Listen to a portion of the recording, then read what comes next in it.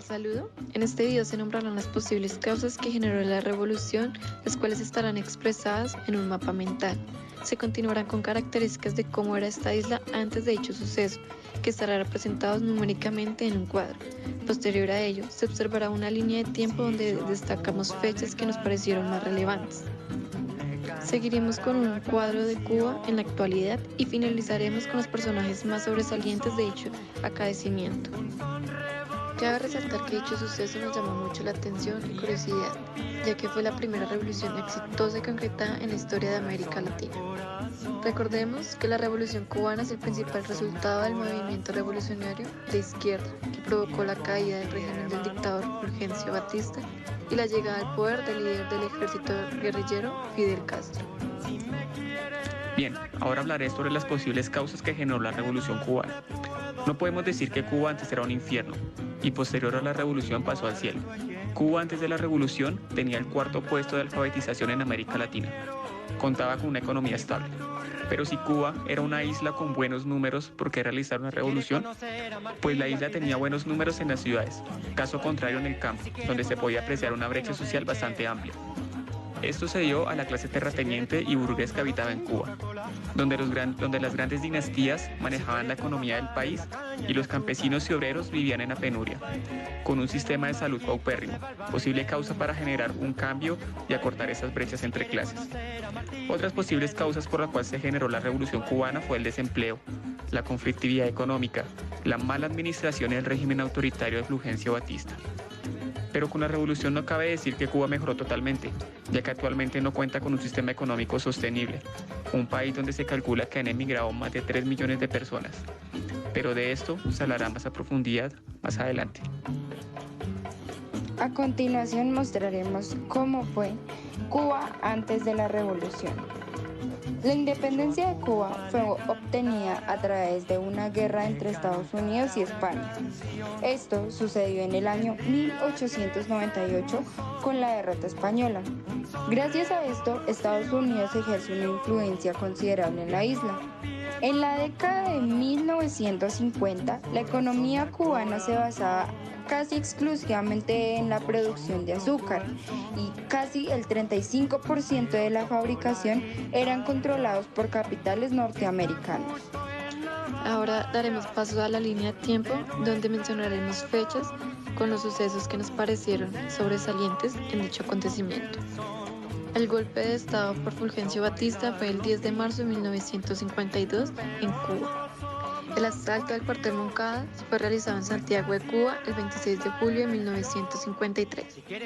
La primera visita de Fidel Castro a México fue en el año 1955. En la playa Colorado llegaron 82 guerrilleros el 2 de diciembre de 1956. Desde 1956 a 1958 hubo la lucha de guerrilla en la Sierra Maestra. Los guerrilleros que se encontraban en la Sierra Maestra se dirigieron a La Habana, donde hubo una revolución triunfal el 1 de enero de 1957. En los años 60 el gobierno expropió las empresas petroleras, azucareras, bancos, industrias y empresas comerciales que le pertenecían a Estados Unidos. En octubre de 1960 inicia el bloqueo contra Cuba por parte de Estados Unidos. En el año 1961 la Agencia Central de Inteligencia organizó invasión. En el año siguiente, en 1962, Cuba fue excluida de la OEA y en ese mismo año hubo la crisis de los misiles. Finalizamos con la visita de Fidel Castro a México en el año 2002 para ampliar las diferencias entre ambos gobiernos. Este es el mapa donde representan los diferentes sucesos mencionados anteriormente. A continuación hablaremos un poco de lo que es Cuba en la actualidad. Cuba ha sido un país comunista desde el triunfo de la revolución en 1959, así casi 60 años. Eso significa que el Estado controla los medios de producción, como las fábricas y empresas, los medios de comunicación y todas las propiedades. En la actualidad, los campos y terrenos de Cuba son muy fértiles para algunos cultivos, como lo son el tabaco o la caña de azúcar, pero no sirven para otros. Cuando la cosecha no es buena, la comida es escasa y una parte importante se reserva para alimentar a los turistas en hoteles y resorts. Sin embargo, el gobierno también es el encargado de garantizar que todas las personas tengan un trabajo, un acceso a la educación y a la sanidad, además de proporcionar suficientes alimentos y también productos de primera necesidad. Bien, ahora hablaremos sobre los personajes más conocidos que marcaron este hecho. Fidel Castro, revolucionista y estadista cubano, inició un 1 de enero de 1959 con el cargo de primer ministro de su país, derrocando así el régimen de Fulgencio Batista hasta 1976.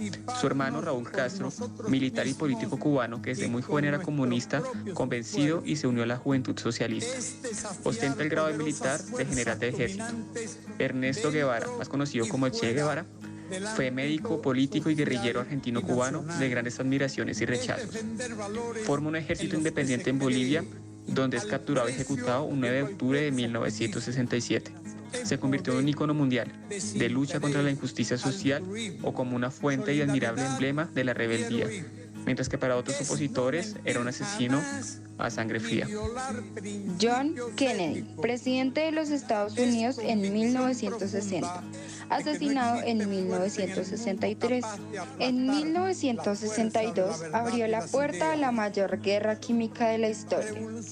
Durante su gobierno tuvo lugar la invasión de Bahía de Cochinos, es decir, invadieron Cuba para así formar un gobierno provisional que reemplace al de Fidel Castro.